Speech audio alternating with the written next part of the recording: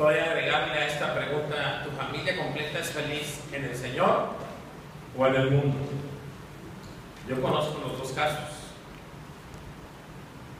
Él hará volver el corazón de los padres hacia los hijos y el corazón de los hijos hacia los padres, no sea que yo venga y hiera la tierra con maldición. Esta orden, esta promesa, la primera parte de este versículo, no es hermosa, hermanos. O tienen una familia feliz en el Señor, o no me oyen. Les pregunté que si esa primera parte de ese versículo clave no les es hermoso. Sí. Yo medito que cada vez que me acuerdo de ese versículo o alguien lo lee o recuerda, para mí es un gozo eso. Es la raíz, es el ingrediente principal de la iglesia y vamos a meditar en ello.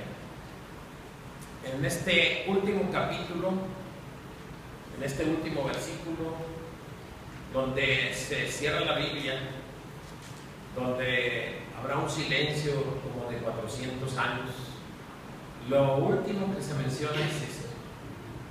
Y podemos ver el interés de nuestro Señor. ¿En quién? Les voy a estar preguntando para que no nos deje dormir. ¿En quién? En la familia. En la familia. Hermanos, no puede haber ninguna bendición abundante de Dios. No puede haber una bendición que viene del Espíritu Santo a la iglesia. No puede haber un gran testimonio de la iglesia si nosotros, el pueblo de Dios, la iglesia, no se preocupa, no pone las pilas no ora por ¿quién? La familia. Porque en la familia haya la autoridad, el amor y la fidelidad a nuestro Señor. Y la pregunta es, ¿la iglesia pone atención en esto? ¿Los padres ponen atención en esto? Si no hay pureza y rectitud en el hogar, la iglesia va a fracasar. Si no hay responsabilidad de los padres en el cumplimiento de la palabra, y un ingrediente principal es el que leímos ahorita en la penúltima lectura, ¿cuál fue? Deuteronomio ¿qué? 6. Y recuerdan qué ingrediente principal debemos de vigilar, cuidar, tener, seguir. Los mandamientos, los decretos, la voluntad del Señor. Si no ponemos atención en esto y los hijos no ponen atención y no se sujetan, la iglesia se va a ir desmoronando. Si no hay la oración en el hogar y no hay la oración en la iglesia por la familia, la iglesia pierde los cimientos y va a caer. Y yo he visto familias y yo he visto iglesias que por esta situación se han desmoronado, han caído y han desaparecido por la falta de atención en la iglesia. Hoy hay muchos ejemplos de esta situación y da tristeza. Y yo sé que en este lugar, en esta casa, hay más de uno que tenemos guardadito una tristeza de nuestro hogar. Por una situación con papá y mamá, por una situación con los hijos, por una situación entre hermanos de sangre, por una situación entre los esposos. Hay algo que tenemos guardadito y a veces toda una vida. Y a veces nos llevamos esa tristeza a la tumba. ¿Por qué? Por lo que leímos en Deuteronomio y por lo que vamos a meditar en esta noche. Pasaron 400 años y empieza el Evangelio poniendo atención en ¿qué? En lo que se dijo al último del Antiguo Testamento. ¿En qué? ¿Qué? Meditamos el último versículo del Antiguo Testamento. ¿Que qué? ¿Que el corazón de quién? ¿Volverá? Y el corazón de los hijos volverá a los Juan el Bautista, lleno de poder del Espíritu Santo y con esa profecía, donde él tenía ese carácter intrépido del profeta Elías, él lleno de rectitud, de moral, de compromiso, de no torcer los principios de la palabra de Dios, de no ajustar, de no amoldarlos a la manera de pensar del mundo o de él, sino presentarlos tal como son, presentarlos al pueblo tal como son y hacerles ver que tienen que obedecer a Dios, que tienen que entender ese mensaje, el interés de Dios. Repito otra vez más, ¿cuál mensaje? Retomó la idea del Antiguo Testamento, que el corazón, los padres, volverá a los hijos. El corazón de los hijos volverá a los padres. Juan el Bautista puede ver en el pueblo de Dios en el Antiguo Testamento uno de los peores pecados. ¿Qué dejaron de hacer? Lo de Deuteronomio 6. Yo no sé si esa práctica que se menciona en Deuteronomio 6 la tienes tú en tu casa. Como que suena tediosa, como que suena, oye, eso es demasiado, como que en esta época esa solicitud está muy cargada. Pero bueno, él le hace ver al pueblo que eso se tiene que cumplir y que se tiene que restablecer la buena relación entre padres e hijos mediante la predicación del arrepentimiento, de la reconciliación de los padres y los hijos. Que respetemos el señorío de Cristo, y les dicen: cuiden, vigilen, insisten, oren y no claudiquen. No claudiquen. Así lo estamos haciendo. Está bien fácil. El culto familiar. Estoy seguro que si te pregunto, va a haber mayoría de no o de síes. Ustedes saben la respuesta, yo ya la sé. ¿Cuál va a ser la mayoría? Porque el culto familiar no nos importa, o porque tenemos pretextos como que, pues es que no coincidimos, es que no nos vemos, es que no hay tiempo, es que hay muchos argumentos, y al final yo creo, estoy seguro, es que no nos importa. Yo le digo a mis hijos, y así me lo dijo mi padre: si no queremos, no demos argumentos falsos. Digamos no y no, porque ¿a poco no nos vemos y coincidimos en la televisión? Que no podamos coincidir en el culto familiar. Dice ese versículo en la parte final: no sea que yo venga y hiera la tierra, ¿con qué? Con maldición. Dios, aún así, mi familia y yo no estamos dispuestos a tener el culto familiar. Tu maldición pues no nos preocupa mucho, por eso es que no tenemos el culto familiar. Bueno, este capítulo que leímos habla del advenimiento del día de Jehová, donde todos los que hacen la maldad serán ¿qué? Ahí estamos en el mismo capítulo, el último capítulo del Antiguo Testamento. Vuelvo a preguntar, ¿estén conmigo? En este capítulo habla del advenimiento del día de Jehová, donde todos los que hacen maldad serán, ahí dice, excluidos del reino de Dios. Y yo les pregunto a ustedes: no instruir en la casa con la palabra, con oración, no tener culto familiar, ¿será bondad o maldad? ¿Será perfección o iniquidad? ¿Será virtud o transgresión? Ustedes díganme, ¿será lo primero o será lo segundo? No tener el culto familiar. Porque eso es lo que requiere. ¿Qué capítulo y qué libro que leímos en la penúltima clase? Deuteronomio 6. Vuelvo a preguntar, ¿está bien o está mal? Y ahí dice: los que hacen maldad serán excluidos del reino de los cielos. ¿Cuántas familias serán excluidas de la iglesia, el divino rector de la Comunidad Bellavista? Porque no nos interesa. Y hoy vamos a salir de aquí, y en esta semana no lo vamos a tener. No nos va a preocupar, no nos va a inquietar ni a papá, ni a mamá, ni a los hijos. Y los que temen a su nombre, que sí buscan hacer lo que el Señor demanda, dice que habrá salvación y liberación, y el pueblo de Dios saltarán de alegría como becerros.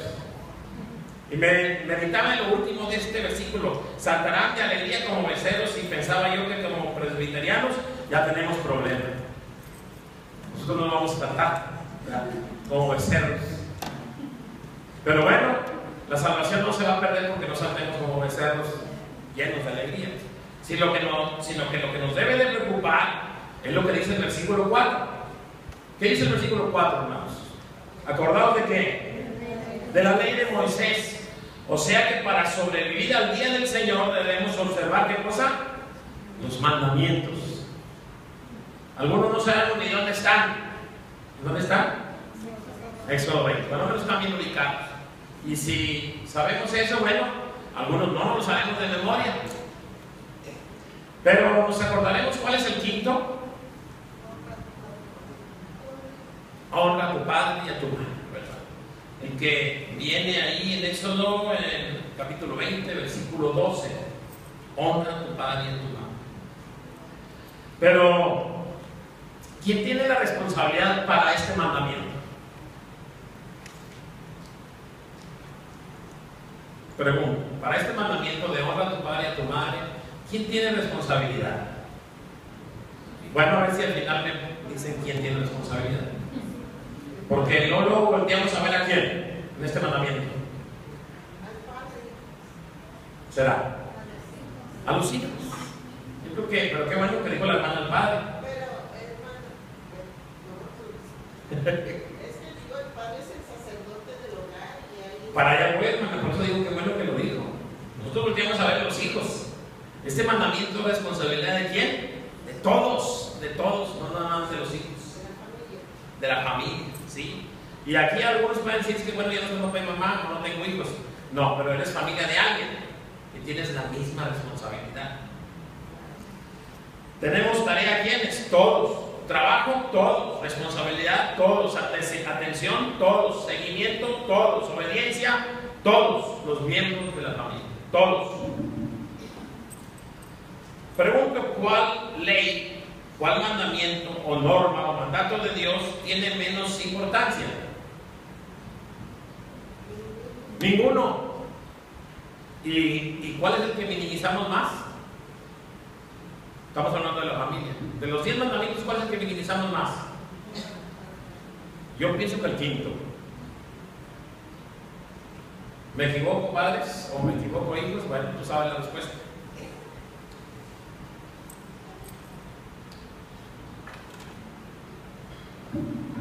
Yo pregunto, de las leyes, de las normas, ¿dónde cometemos más infracciones tú y yo?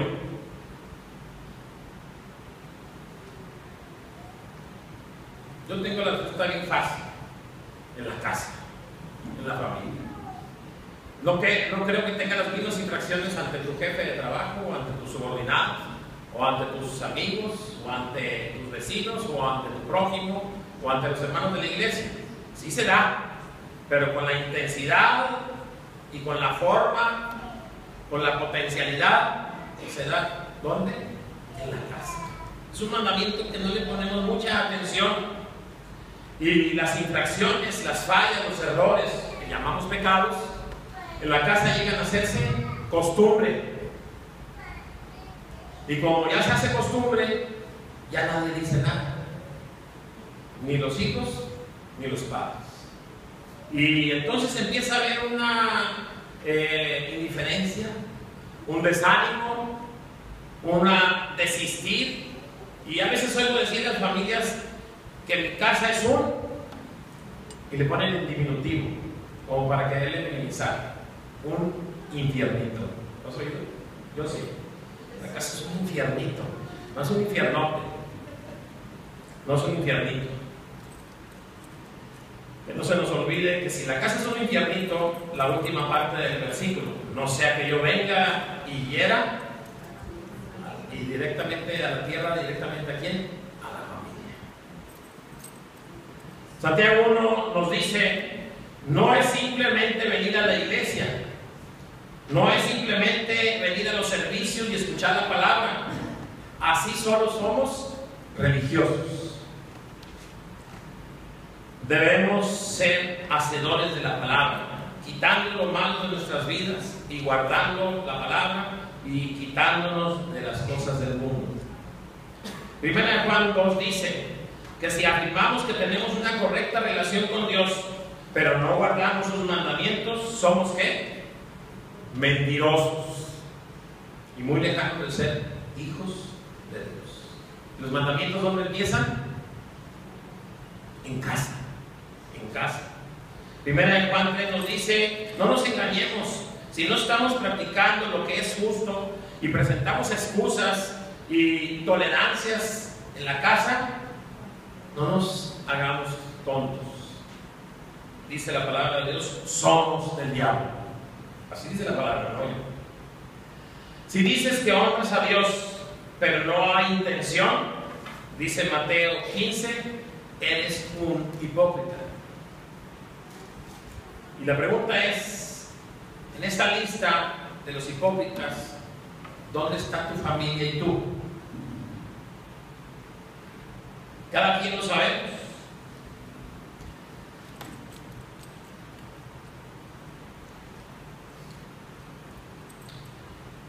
Dice, para que realmente se dé en la casa esa felicidad en el Señor, la palabra debe de estar implantada. Implantada, eso dice Santiago 1:21. ¿Y qué es esto? Hay cosas que tú haces naturalito en tu casa y donde quiera que vayas. Son cosas muy propias. Hay quienes tienen un sabor de chicle siempre guardado en la bolsa. Y si ya sabes que le pregunto, oye, ¿traes chicle de este? Tal? Ah, sí, sí, trae. Ya es una cosa de costumbre, ya no lo meditas, lo proyectas, ya haces. No, ya no es una cosa mecánica. Aquí dice en Santiago 1:21 que tú debes de hacer las cosas en el Señor en forma natural. ¿Y cómo se hacen esas? Pues necesitas acostumbrar las cosas del Señor en la casa. ¿Y cómo se hace eso? Pues con lo que viene de tu honor, estudiando, meditando, orando, haciendo caso a la palabra de Dios en tu casa. ¿Cuándo? Si se puede, ¿cuándo? Todos los días. Empieza por un día a la semana. Se nos ha invitado, se nos ha insistido, se nos ha dicho, se nos ha puesto en vergüenza. ¿Ves? Cuando nos dicen, ¿quién te vuelve con tu familiar? Ni voltean, ¿verdad? Pero nos avergonzamos un ratito y a lo mejor ya esa dosis de vergüenza también ya se nos acabó. Vi un dibujo de 3 árboles donde uno tenía en la tierra partículas microscópicas de puras mentiras y una verdad. Y luego otro árbol donde había 3 verdades y muchas mentiras. Y luego había otro árbol que estaba lleno de verdades y una mentira. El primer árbol estaba seco. El segundo tenía hojas pero no daba fruto. Y el tercero estaba verde, tenía hojas y daba fruto. Algún detallito ahí, alguna hoja que se cayó, pero daba fruto. Y preguntaba en esta ilustración, el primer árbol, ¿quién es? Las familias de afuera, las que no tienen a Dios. El segundo árbol, las familias de adentro de la iglesia, que asisten a la iglesia, pero tampoco tienen a Dios. Y la tercera ilustración es las familias que están dentro de la iglesia, tienen a Dios en su casa, y entonces, ¿qué sí hay en su árbol? Fruto. Y por sus frutos, tú conoces a las familias. Y tú conoces familias así que dan fruto y que toda la familia se ve en armonía. Yo sí conozco. ¿Y por qué veo yo eso en esas familias? Pues yo veo bien fácil lo que dice la palabra de Dios. Se practica la palabra, se vive la palabra entre semana entre ellos. Y todos sus proyectos de la vida y sus trabajos les va bien. Pero conozco muchas que no está bien la familia. ¿Y por qué? Porque no se practica el estudiar, el meditar, el vivir en el Señor. En la familia debe de ser, escuchen bien, en la familia debe de ser el parvulario de la fe. Lo leí en un libro. Los que no saben qué quiere decir parvulario. Se oía mucho antes en mis tiempos, a lo mejor no se oye los párvulos. Debe ser el parvulario en la familia, en la casa. El apoyo de los intermedios, los intermedios en la casa debe ser el apoyo de los intermedios. En la casa debe ser el discipulado de los jóvenes. En la casa debe de haber una generación y otra generación y otra generación que atienda a esto. En el hogar es el terreno, el campo militar, donde se hacen soldados para Cristo. En el hogar. Muchos papás están esperando a ver cuándo lo llevo a la iglesia para callarme y lo arreglo. No, esa es la casa. Esa es la familia donde se inicia, donde hay la responsabilidad. La palabra dice que la familia es la que va a discipular, la que va a llevar el evangelio ¿a quién? A las naciones. Ahí donde se mueve la familia, en la escuela, con los vecinos, en el trabajo, en las vacaciones, donde quiera que se vaya y se mueva la familia, se vea que hay una familia que se identifica como cristiana. No se te ha acercado a alguien y que diga, ustedes son cristianos, ¿verdad? A la familia. Los identifica por su ser, por su manera de ser, por su manera de decir. Una familia en Cristo. Pero ¿cuál es la realidad en tu casa? Medita en ello. ¿Cuál es la realidad en tu casa? Y te pregunto, ¿te gusta tu realidad en la casa? Sí. Bueno, ojalá y sea una familia feliz, ¿pero en qué? En el Señor. Dijimos que el quinto mandamiento es responsabilidad ¿de quién? Con una sola palabra. ¿De quién es la responsabilidad del quinto mandamiento? De todos. De todos. Y déjame decirte algunas cosas, papá y mamá, y luego nos vamos con los hijos. Primero papá y mamá. Te voy a decir algunas cosas que a ver si te suenan, si las conoces, si las vives. Escucha bien. Si papá y mamá, o uno de los dos, no dan testimonio de obedecer las leyes, si tienen el pretexto del tiempo, del cansancio, del compromiso para no atender a la familia en las cosas del Señor, si no invitan a la familia a la oración, a la lectura de la palabra, a la meditación, papás, algunos de sus hijos han estado en las clases y nos han dicho, no, hacen esto. Papá y mamá proponen esto. Los están viendo y están grabando y se están dando cuenta. Si no le das la importancia, si no les das el lugar y los minimizas a los hijos, porque tú tienes otras cosas más importantes. Si ves a los hijos como una inversión económica para un futuro, ¿has oído eso? Yo sí. Tuve 4 o 5 para ver si me sacan de pobre, ¿verdad? Lo sacan de este nivel económico. Si ves a los hijos como unos esclavos potenciales y solamente eso, si no oras, no suplicas, no ruegas en el nombre de Jesús por tus hijos cada día, si tu cultura, tu carácter, tu forma de ser, la forma de ser de tu familia, si porque te da vergüenza, todas estas cosas te estorban para decirles a tus hijos cada día te amo, para darles un abrazo, darles un beso. Si no usas la autoridad que manda Dios, no les llamas la atención, no los aconsejas, no los regañas y no usas la vara, déjame decirte que hay hijos aquí que me han dicho, anhelo, sí me lo han dicho, anhelo que papá me regañe, que mi mamá me castigue. Si para no tener problemas con los hijos les permites todo, les dejas hacer todo y les das todo lo que quieran sin medida, y la lista sigue y sigue, y tú la conoces y puedes seguir. Y hay unos que se molestan cuando hablamos de cierta autoridad de los padres que piden la Biblia. Hermano, eso los psicólogos dicen, en mi pensar es que no. ¿Qué dice Dios? ¿Cómo puedes tener autoridad para solicitar quitarles a los hijos el quinto mandamiento. ¿Cómo puedes tener autoridad para decirle a Dios, sujeta a mis hijos para que me honren, si tú no estás participando en ese mandamiento? No estás teniendo la autoridad. Dios no te lo va a conceder así. Y te digo, vas a sufrir, vas a amargarte, vas a entristecerte y vas a llegar a niveles peores porque no acatas lo que el Señor dice que hagas como padre para que seas, ¿qué? Honrado.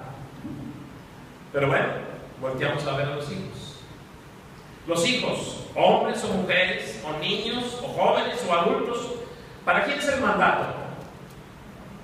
¿Para mujeres, o para hombres, o para jóvenes, o para niños, o para adultos? Porque adultos ya estamos casados, ya papá y mamá ya son autoridad. No sé si el mandamiento, no le he visto la letra chiquita. Cuando ya te casas, deja de honrar a tu padre y a tu madre.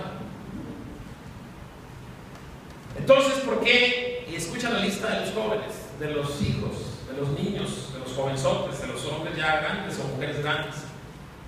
¿Por qué si te hablan tus padres, contestas después de un rato, mande? ¿Por qué si te ordenan algo, lo haces una media hora después o hasta el día siguiente o nunca? ¿Por qué les dices a tus padres, tus consejos no me interesan, me aburren, me hartan, esos ya pasaron de moda? ¿Por qué le dices a tus amigos y a tus familiares, al que te encuentras primero, no aguanto a mis papás? Y sacas todos los trapitos, según tú, sucios, y los exhibes a los demás para quemar a tus papás. ¿Por qué usas la lengua para destruir? Tú puedes decir algo que va a herir el corazón de tu padre y de tu madre por mucho tiempo, si no es por toda la vida. Y te perdonarán, pero hay una heridita. Leía que en la historia se habla de la bomba de Hiroshima en 1945. Esta bomba tenía 20.000 toneladas de TNT y nos admiramos de esa bomba de Hiroshima. Y en los años 60 la Unión Soviética hizo una bomba 5.000 veces más potente que la de Hiroshima.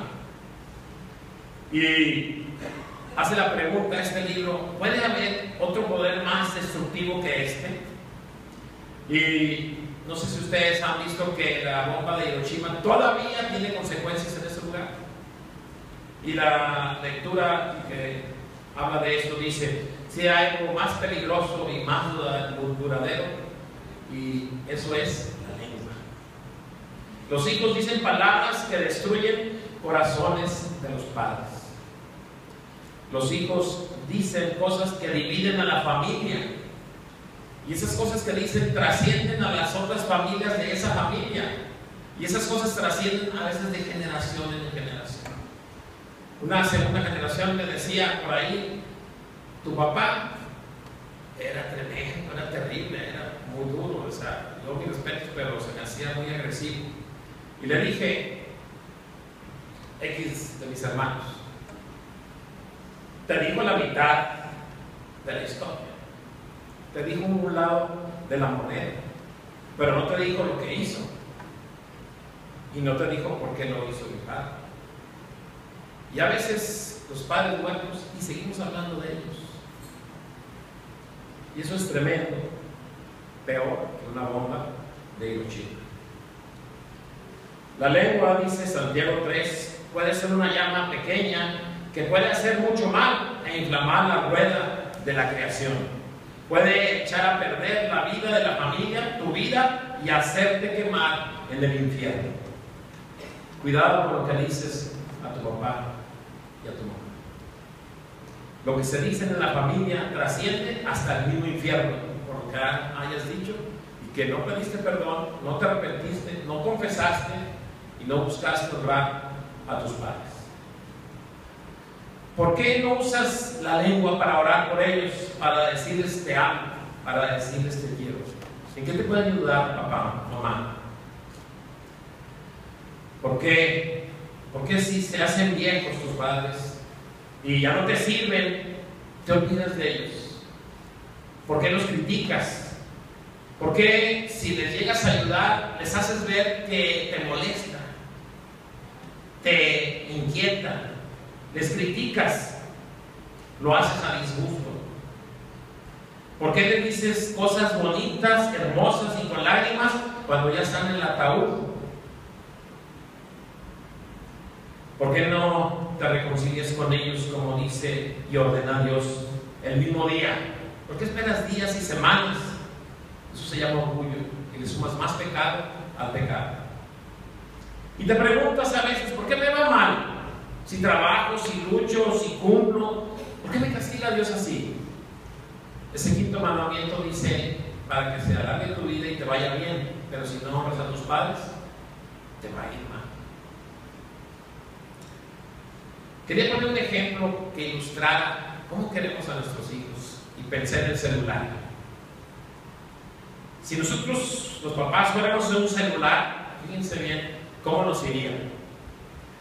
Si le habláramos a nuestros hijos, ¿te contestarían? Si fuéramos celulares. ¿Te pondrían mucha atención?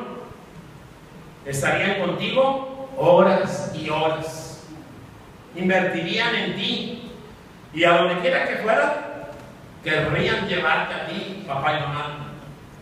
Te cuidarían para no dejarte caer y te tendrían muy cerca de ellos en su corazón. Pero lástima, no somos celulares, somos papá y mamá. Termino con una invitación. Te entrego unas hojas por ahí que te van a ayudar. ¿Para qué?